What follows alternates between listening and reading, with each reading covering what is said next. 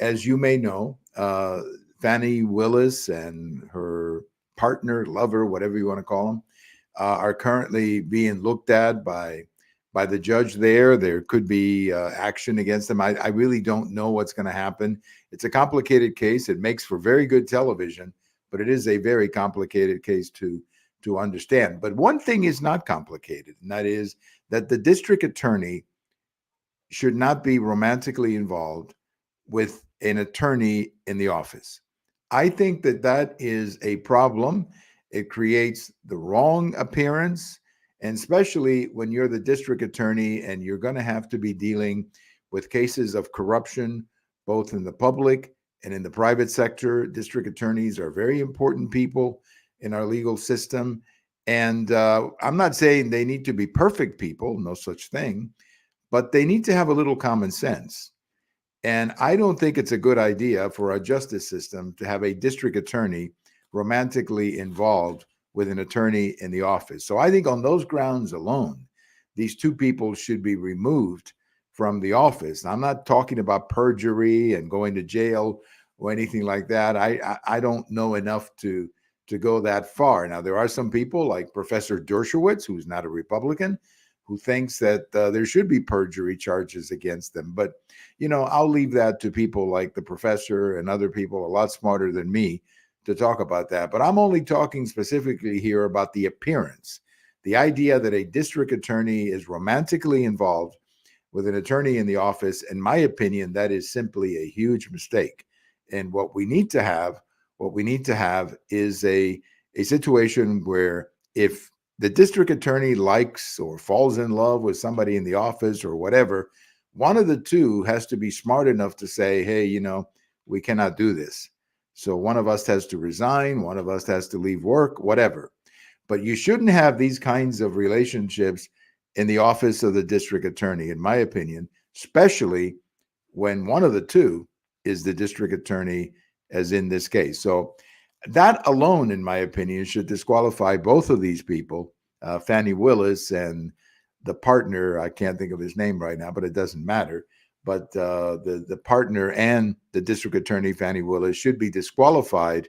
I'm not saying from practicing law, but strictly from this office, and this case should be given to somebody else. It's going to be very difficult. If she's not removed from this case, it's going to be very difficult for a large chunk of the country to believe that this case is on the up. I mean, it's going to be, or people are just not going to believe this case. So if the people in Georgia are interested in keeping this case going, they're going to have to make some personnel changes, starting with the district attorney and replacing the district attorney with somebody else. I just don't see how you can get around that incredible display of professional irresponsibility on the part of the district attorney being romantically involved, not just falling in love in the abstract, being romantically involved, dating, traveling together, spending time at one of their places at 3 and 4 o'clock in the morning.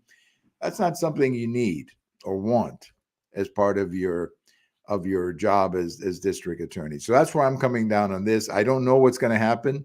Something should be decided soon, I guess, but they should be removed at least for the incredibly bad judgment in being involved in a relationship when one is the district attorney and the other one is a attorney working in that office.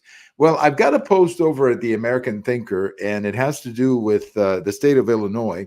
There's a judge in that state who has ruled that President Trump should not be on the ballot. I think they're talking about the primary, and I think it's been held back for the time being. They've pushed it back, but I think overall, what this really tells you is this anti-Trump madness and how crazy the Democrats are getting over this. It's almost as if every Democrat who wants to make a name for himself or herself goes out there and makes a decision like this. I mean, the lady in Maine who took him off the ballot, the judges in Colorado, and now this judge in Illinois. And it seems like if you want to become famous as a Democrat, you have to do something against Trump. The problem is this is not hurting Trump. And this is what the Democrats do not understand. None of this is hurting Trump. On the contrary, it's helping Trump.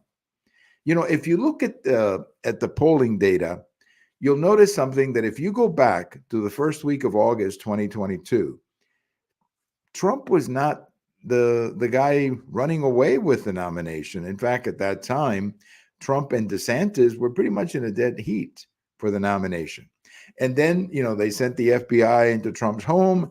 And then, these investigations began. And we've had it seems like every week, you've got a new investigation of Trump.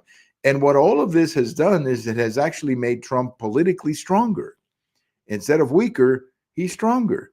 And then you have these three cases in New York. I mean, the so-called this lady who's accusing him of rape, 30 years ago, and there's not a single witness who remembers anything, and so on. I think the Democrats have gone mad. They've gone crazy in their pursuit of Trump. And I think the American people are saying, wait a minute, you're going too fast. You're going too far. Don't destroy the country because you want to destroy Trump. And I think that's why Trump every single day, looks stronger and stronger politically. Now, of course, the other reason that he's looking stronger and stronger politically is because his presidency looks better and better when compared to the presidency of Joe Biden. I mean, and this situation on the border is the best example. If you happen to see the images of President Trump and President Biden at the border, I mean, it's unbelievable, the difference between these two men and the energy and the way they come across these issues. But the Democrats have gone crazy. They've gone crazy with Trump. And I think that's the reason that Trump has made such an amazing comeback. They've made it possible. And one of the great ironies of politics that I can remember, the more they attack Trump, the stronger Trump gets. And that's just a fact. All you got to do is look at the polling data. I've got a post coming out Saturday morning about a police shortage. There was a great article that came out of Pittsburgh.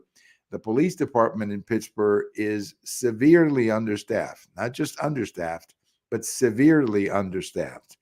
And the city of Pittsburgh has tried to, increase their pay and come up with more benefits and more of this and more of that, but it's not working. Because people just don't want to work in many of these cities. They don't want to work in the cities because the police, the political class in these cities has made it impossible to be a police officer. If you're a police officer, you're going to be under scrutiny all the time. They're looking for ways to make your job more difficult. There's a kid with an iPhone filming everything you do, and everything you do then gets shown on television indiscriminately without any regard for due process or anything like that. So a lot of people are just saying, you know what, I don't need this.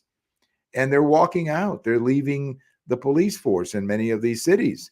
Many of them are leaving and taking early retirement. That's happening in New York, and that's happening in many other places.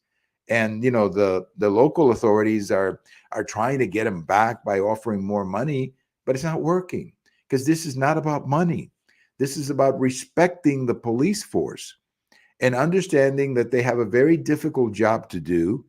And at the very least, they need the support of the political class.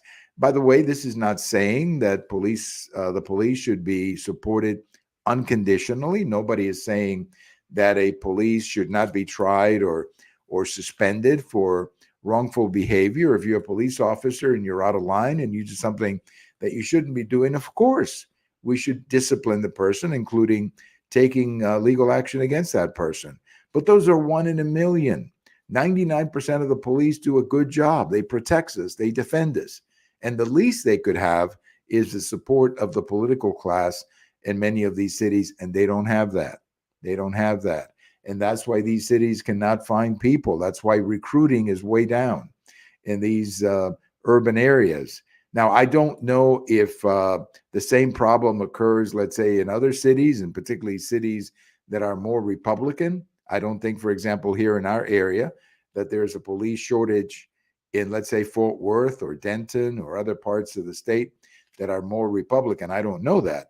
But I do know for a fact that if you live in a blue city, whether it's Pittsburgh, Philadelphia, Baltimore, New York City, Chicago, they're not recruiting a lot of police officers because they simply cannot find people to do their job. And that's the fault of the political class. Nothing else. It's not about money. It's about respect. And these police officers are not getting respect because they fear that anything they do, the political class is going to stab them in the back for purely political reasons. And that's why they cannot find people to work as police officers. And that's a shame. That's an absolute shame because many of these cities like New York had a reputation for a very good police department, and that's being killed by these crazy Democrats who are in the city council and some of these district attorneys, some of these prosecutors who seem to be more interested in protecting criminals than in protecting the citizens who pay taxes and live in those communities. So check out my post. It'll be out Saturday morning. A couple of things on this day in history. 1904, Glenn Miller, the great musician, was born in Iowa. Of course, he died in that plane accident in World War II. And on this day in 1932, maybe one of the biggest crimes ever, the kidnapping of little Charles Lindbergh, baby Lindbergh, and that became sort of the crime of the century. And it was, quite a story. Eventually, they found somebody guilty for it. But quite a story that was when baby Lindbergh was kidnapped on this day in 1932. Have a great weekend, everybody. This is Silvio Canto in Dallas, and we'll talk to you later. Bye-bye.